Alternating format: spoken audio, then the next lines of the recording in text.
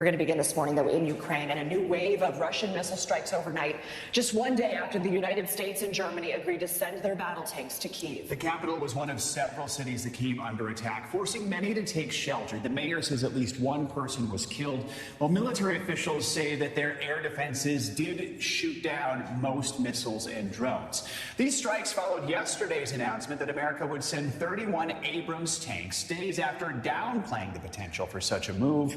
Defending his decision, President Biden called these the most capable tanks in the world. They need to improve their ability to maneuver in open terrain, and they need an enduring capability to deter and defend against Russian aggression over the long term. Secretary Austin has recommended this step because it will enhance the Ukraine's capacity to defend its territory and achieve its strategic objectives. For more on this, we are joined by NBC News White House correspondent Carol Lee and Colonel Matt Dimick. He is the former director for Russia and Eastern Europe at the National Security Council.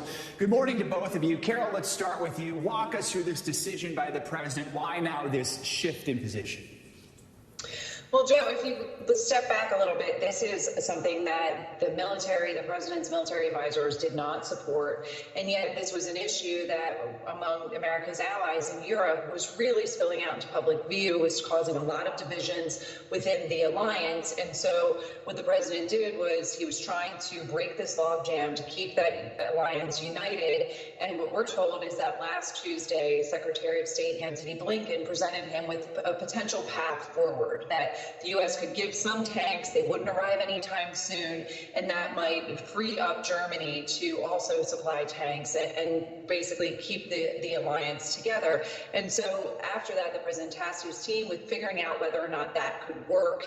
And eventually on Monday, he met with the Secretary of State, his top military advisors, including Secretary Austin, and they reversed themselves and said, okay, here's an option that you could approve. And the president did approve that. So what we're seeing here is some political and diplomatic reasons for giving military equipment to Ukraine, whereas in the past, the administration has really maintained this position that they're only giving Ukraine military equipment that it actually needs on the battlefield. So, Colonel Dimick, let's bring you in here. Russia's condemned this move by the U.S. and by Germany, which is bringing in those Leopards. The Kremlin said tank deliveries show a growing direct involvement in the war by NATO, and now we're seeing this new missile assault by Russia today. Do you feel this decision by the West to send these tanks is a dangerous escalation, or is it something that needed to be done? It's definitely something that needed to be done. This is a decision that's welcome, and frankly, it's overdue. All credit to the administration for breaking through the logjam and figuring out a way to get Germany on board and unleash the Leopard tanks, which Ukraine needs more than anything.